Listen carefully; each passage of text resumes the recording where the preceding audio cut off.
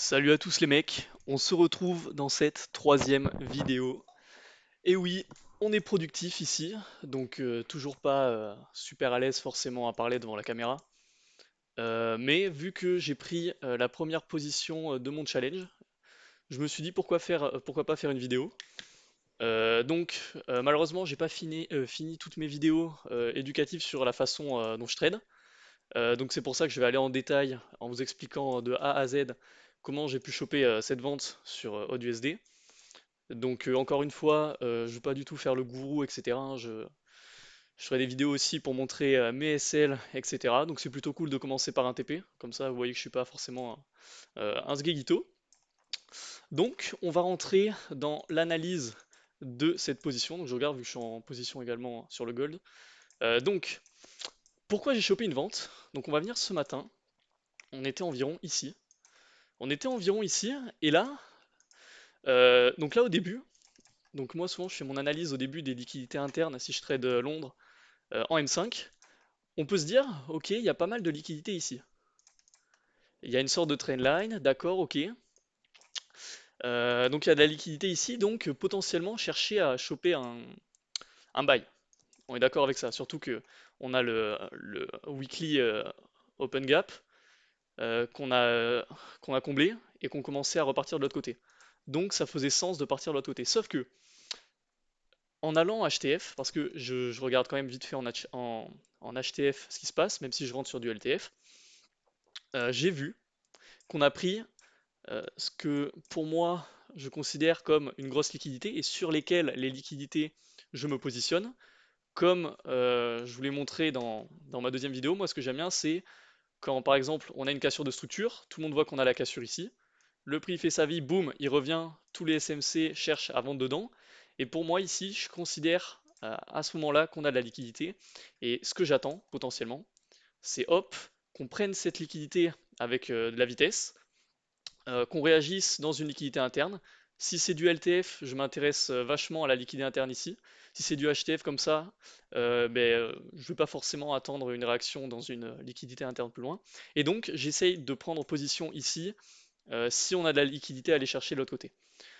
Donc, maintenant que vous savez ça, vous comprenez pourquoi j'ai cherché une vente ici.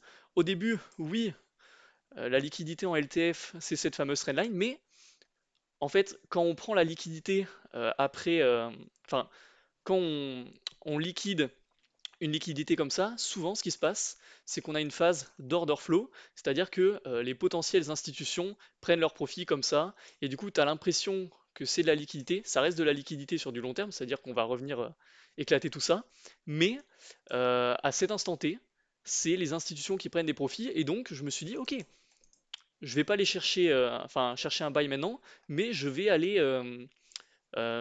pardon, capitaliser sur le sweep de cette big liquidité. Tu vois, donc regardez, là, on a la cassure de la structure. Donc hop, on casse la structure ici. On réagit dans cette OB. Bon, après, peu importe la taille, normalement, c'est la bougie. On réagit dans l'OB ici, sûrement en LTF, il y a un truc, un meilleur truc. On sweep. Donc là, ok, j'ai mon biais, potentiellement. Et là, où est-ce qu'on peut essayer de se positionner? Où est-ce qu'on peut essayer de se positionner? Donc, ok, je suis rentré avant la kill zone, mais en M30, j'ai vu quelque chose de super sympa. Donc, je ferai des vidéos sur les piliers un peu secrets, entre guillemets, que j'utilise. Mais là, je vois ce qu'on appelle un Kaloum. Donc, c'est le mec que je suivais qui appelait ça comme ça. Et en gros, tu vois que c'est le sweep d'une liquidité à l'échelle de la bougie. Tu vois que cette bougie a une mèche qui englobe toute cette bougie. Et donc, très souvent, c'est une zone high résistance, comme je parlais dans mon autre vidéo. Et pour la liquidité à aller chercher, bah en vrai là tu vois qu'on a une sorte de trendline où on réagit dans un OB. Donc pour moi il y a beaucoup de liquidité à choper ici. Plus, je parle pas encore de cette liquidité là interne aussi, mais un BPR qu'on n'a pas comblé. Et, euh, et très souvent on va venir et réagir dedans. Donc ça commence à faire sens. Ça commence à faire sens. Donc là je vais en M5. Donc effectivement, on peut considérer potentiellement ici qu'on sweep une liquidité. Regardez dans quoi on réagit dans un BPR également. Je vois que ça sweep de la liquidité. Même si c'est pas forcément ce que je trade, je le vois. Et donc, comme je vous ai dit, moi, ce que j'aime, enfin, moi, je rentre sur. Attendez, hop, je fais un peu n'importe quoi. Moi, je rentre d'habitude sur, hop, un truc, on casse la structure, on revient dedans et on sweep. Peu importe que ce soit en HTF ou LTF, je veux avoir ce scénario-là pour entrer, pour me dire, je rentre sur du high resistance. Et donc là, tu vas me dire, où est-ce que tu vois ça? Et c'est pour ça que j'étais pas totalement serein sur mon entrée en M1, parce que c'était très subtil. Et dites-vous que on veut rentrer sur une grosse prise de liquidité, donc quelque chose que tout le monde voit. Quelque chose que tout le monde voit, et là, je me disais, je suis pas sûr que tout le monde le voit. Donc là, quand je vois que ça commence à réagir ici, ok, hop. Donc là, pour moi, qu'est-ce qui se passe? En très petite LTF, tu vois, genre, hop, ça fait ça réagit, et donc pour moi, j'ai ma liquidité ici. J'ai potentiellement ma zone high résistance, et maintenant, si on vient le sweep avec de la rapidité, etc., pour moi, je chercherai une vente. Surtout que là, regarde, souvent entre 6 heures, la session asiatique, et 8 heures, 8h30, si on fait un lot, je considère ça comme de l'inducement, et donc potentiellement une liquidité. Donc là, qu'est-ce qui se passe? Boum, on le sweep. Voilà, moi c'est après cette mèche-là, je suis rentré au marché comme ça. Euh, Très agressif, enfin très agressif. J'aurais pu attendre un peu plus.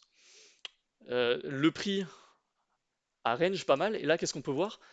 Euh, vous vous souvenez quand j'ai parlé de la enfin du triple sweep de liquidité avant de partir, là ça fait 1, 2, bon allez, 3, et le prix se barre.